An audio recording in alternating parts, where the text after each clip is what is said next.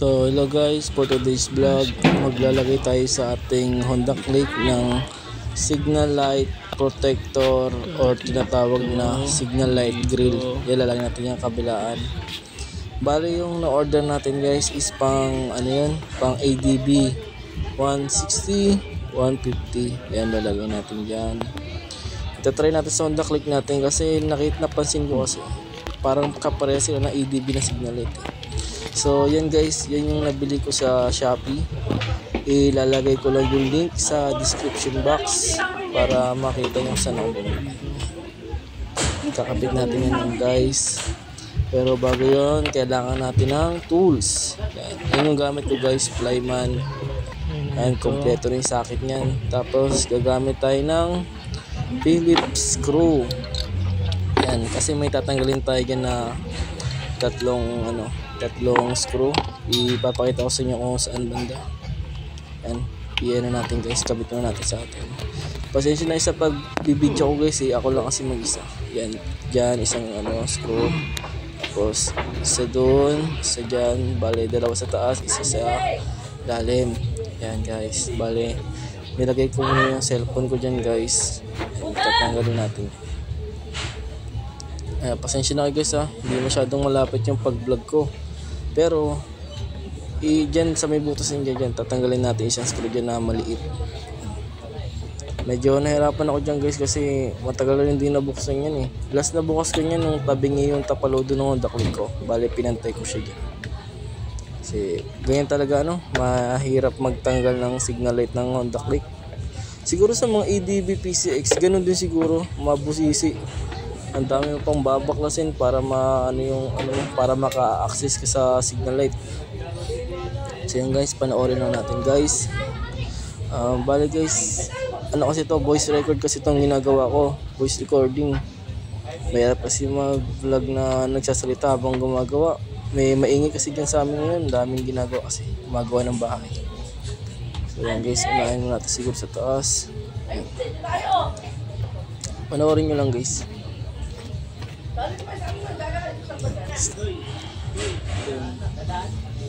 Yan guys, bali natanggal ko na yung isa. Tanggalin natin tornilyo. Bali posisyon na guys, kinat ko nahihirapan kasi ako. Yan, tinanggal ko yan. Then yung tornilyo dalawa. Yan, nilinisan ko na. Yan, maputik kasi guys Tapos yan guys, bago natin tanggalin, kailangan natin kasi tanggalin yung fender. So pag tatanggalin natin siya guys, tanggalin naman natin tong mga wiring niya. Yan. Hindi kayo malilito dyan guys kasi naman yung siya color coding. Sundan nyo lang yung kulay pag ibabalik nyo na siya. Yan, natin yun. Para matanggal natin yung fender niya. Kasi hindi natin tanggalin yung fender para hindi tayo mahirapan. Oo, mabusisi kasi talaga magtanggal yan. So yan, isa-isa natin siya tanggalin. Pasensya na guys, madilim wala kasi akong mapwestuhan kasi yung pwestuhan sana natin maliwanag. May tinatampak kasi nakahoy dyan. Yan, nakita nyo mga na yan, yung mga abo-abo na yan na sa hangin. Mga kahoy yan na binabagsak doon sa may pwestuhan natin.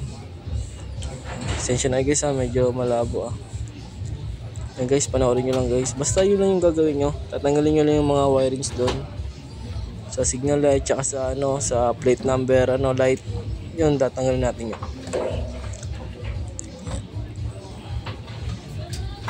Yan, panoorin nyo lang guys kung paano ko sila tanggalin. Dahan-dahan nyo lang sila tanggalin huwag yung biglain kasi baka maputol yung yung wire. Maselan kasi banda yung ganyang kabitan ng signal light. Maselan kasi yan. Lang kasi siya, hindi tusok-tusok lang.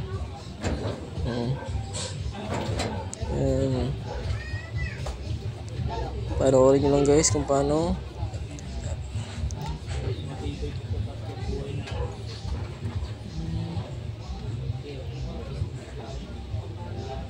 Yan siya guys natatagalan ako magtanggal. Iniingatan ko kasi kung paano para di maputol.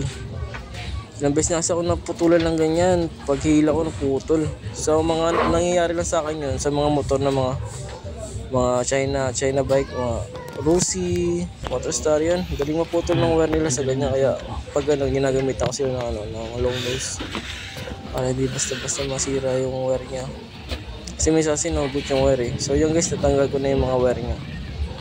Ayan, tatanggal natin. Bale, tatanggal natin yung ano, yung tunnel niya sa may penta niya. Bale, ayan, natanggal natin yun, di ba? Gagamitin natin ng gis yun. Yun dun. Ayan, natanggal natin yung penta.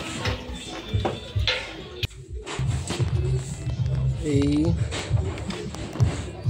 So dyan guys, unti-unti natin siyang babaklasin. Yan, tuturo ko sa inyo kung ano yung mga tatanggalin nyo.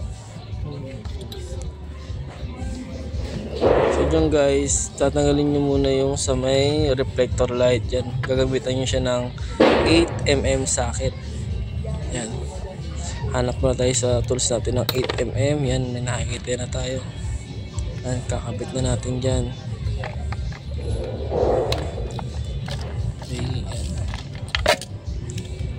Madali lang matanggalin yan guys, basta kompleto ko lang sa tools. Ay, sensya na kayo, pasmado ako. Mobile kasi ako move it, medyo kulang pa sa tulog eh. Konting. Kailangan magsipag, lalo na pamilyado na. Hindi mo lalagyan lang ako ng headphone. Hindi natin kailangan lumasa, makulang natin. Guys, yan yung una natin tatanggalin, yung sa may reflector yan. Para ma-access natin yung dalawang tornilyo. Kasi tatanggalin natin yung bakal din dyan. Yan o, tanggalin natin. Yan, dalawang yan. Gagamitan natin siya ng 10mm socket. Yan. Hanapan natin ng 10mm yan. May nakita na tayo. Okay guys, tanggalin natin siya clockwise. Okay. Madali lang yan guys. Counterclockwise. Basta yung paluwag lagi guys sa ano, kanan. Yan yung lagi tandaan nyo sa tornilyo. Kanan lagi yung pagpapaluwag. Pero nakadepende sa sitwasyon kung saan nakapwesto yung tornilyo. Minsan kasi pag sa ilalim, minsan yung paano niya, pa kaliwa. Ito yan guys. Okay. Pakaliwa pala guys, sorry. Pakaliwa lagi pagpaluwag ng tornilyo. Yan. Pero pag sa ilalim minsan sa mga ibang motor, ilalim mga minsan pakanan yung paano nila.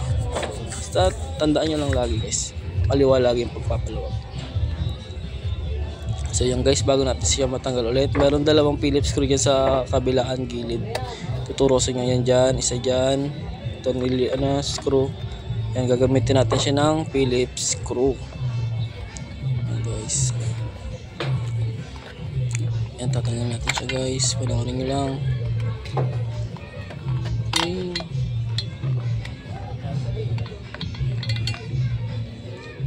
Guys, bale, bago pa lang kasi ako sa pag-YouTube guys. Actually, meron na talaga akong YouTube channel. And naban kasi meron akong video na copyright. Nilagyan ko kasi ng music eh. So, yun yung pagkakamali ko. Dapat pala paglalagay ng music, saglit lang. Hindi buong video. Ayan. So guys, natanggal ko na yung dalawang tornilyo niya guys. At matatanggal na natin yung bakal niya. Yan. Mabigat yan guys, yung bakal niya. Pwede sa kasi. Yan, joke lang. Tatabi muna natin yan. Tapos bago yung guys, dyan na natin ma-access yung sa signal light. Yan, papakita sa inyo yan. Gagamitan natin yan ng 8mm socket. So bali guys, para maano nyo yan guys, mas maganda talaga meron kayong tools. Yan, recommended ko yung guys, yung Plyman na yan, complete socket na yan. Yan yung bibili nyo guys, maganda yan guys, pang heavy duty. Pero bili na rin kayo ng mga extra tools, kayo ng impact wrench, para kayo na rin yung maggagawa sa motor nyo, mga linis pang gilid. Actually guys, madali lang naman yan kung kompleto lang sa tools, para di ka na maano sa mga motorcycle shop, mapeperahan ka. Kali guys, may iba akong video dyan guys kung paano diskarte sa hindi napupudpud yung flyball, ano mga diskarte malupit para hindi gaanong dragging. Yun, panoorin nyo ng iba kong video guys. So yan guys, pinaluwag natin siya, tapos kamayin na lang natin para mabilis. Natanggal natin siya guys, 8mm socket yan guys yan yung tornilyo na yun yan. Tapos ano lang natin siya, luwagan na natin ng konti para ma-access natin yung sa signal light niya. Malagay na natin yung headlight grill. Yan, nasobrahan ako sa pagpapaluwag. Dapat pala konti lang kasi Yung headlight grill hindi siya buo na ano, ilalagay yung loob, bale parang susupit mo na siya sa gilid. Yan guys, tapos yan, ganyan lang guys Sorry nyo. Yan, ganyan yung pagkabit. Tapos ibalik na natin siya. Bale iipit mo siya doon sa may ano niya guys sa may rubber niya. Yan yung iipit sa signal light grill natin. Sensya na guys hindi ko kasi napwesto na maayos yung ano sa may camera. Nakaano kasi yan sa ano ko, sa helmet ko. Yan. Tingnan mo guys, iipit mo lang siya ganyan dyan. Hindi ko kasi napansin guys yung pagbibideo ko na ano pala, hindi natatabunan pala. Sorry. So yan guys, babalik natin yung tornilyo, kakamayin muna natin. Yan guys madali lang ikabit yan guys Kung ano kasi, ang sale lang kasi ng fender ng mga ganyang motor kailangan tayo pang babaklasin. Hindi gaya ng mga TMX, XRM, napakadali lang baklasin ng signal light. Ito talaga mga gantong motor, gaya ng mga scooter, marami ka pang babaklasin. Yan guys, babit na natin yung tornilyo niya na 8mm. Yan guys dagdag forma rin yan guys. Nakita ko kasi nakaraan habang bumabiyaya ko, may nakita ko sa mga ADB. Yan, ADB madalas ko makita ganyan. So nakita ko, parang pares ng signal light ng Honda Click. Itatry ko nga sa Honda Click ko. So yun, naghanap ako sa Shopee. Wala akong makita yung buo talaga siya na ano, parang buo talaga siya na bakal na ano. Yan kasi pa sinusugpit mo lang pero pang ADB rin yan. Tapos napansin ko, pares ng ADB talaga yung sa Honda Click. Yun, ano, nag-order ka ito Shopee. Nabili ko siya guys, 146 pesos lang. So yun guys, diba guys, ang ganda diba guys. Ibabagay ko lang kasi sa motor ko, may mga ano din kasi motor ko may mga grill din kasi ako nilagay para bumagay din. Actually guys, magandang pamporma yan, lalo na kung yung concept mo is adventure bike. Yan, yung mga hilig sa Honda Click na ginagawang adventure bike, maganda maglagay niyan guys, dagdag protector talaga yan. Tapos dagdagan mo pa ng gulong mo, gawin mo pang dual sports tire. So dyan guys kakapit naman natin sa kabila. 8mm socket ulit yan guys huwag yung kakalimutan. Yan, luwagan natin siya counterclockwise. Yan, okay. Yan, madali lang yung guys, panoorin nyo lang yung video natin.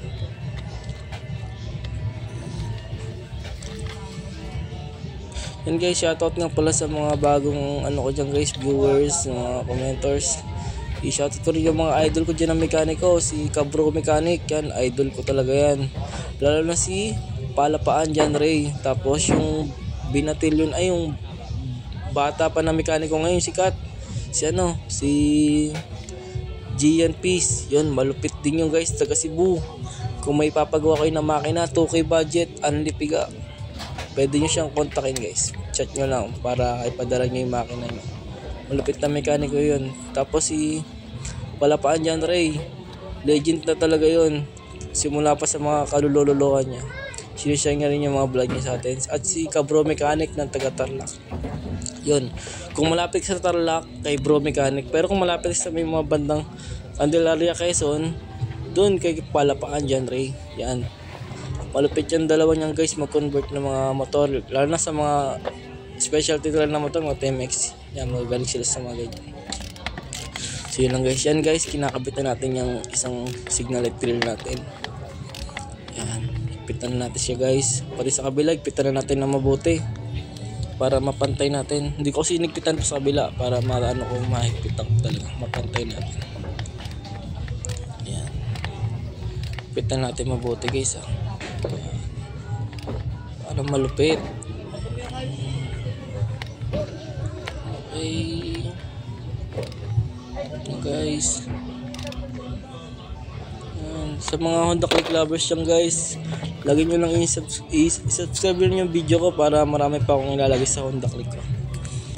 Yan. Request na kayo guys kung ano yung mga damay kabit, kung mga ano kayo may tatanong, comment na kayo guys para mabigyan kayo ng magandang advice. Yan guys tignan nyo guys. Diba guys, ang angas, diba? Okay na okay. Yan kabila angas na yan guys. Adventure bike yan guys. Yan guys, bale di ko na nabidyoan yung pagbalik natin ng ng fender kasi madali lang naman yung guys, sundan nyo lang kung paano magbaklas. Ganun din yung pagbalik yan. Oh. Finger hard. Yan. Angas, di ba guys? Ano? Yun o, takita guys. Yun o, parang inipit ko lang siya dyan sa may rubber. Inipit ko lang siya dyan. Para maano talaga siya na mabuti. Maipit. Yan. Oh, di ba guys? Ang angas, di ba guys? Dagdag forma yan o. Oh, di ba? Yan. Diskarte ko rin guys para di maano yung signal light nyo. Lagay kayo ng box.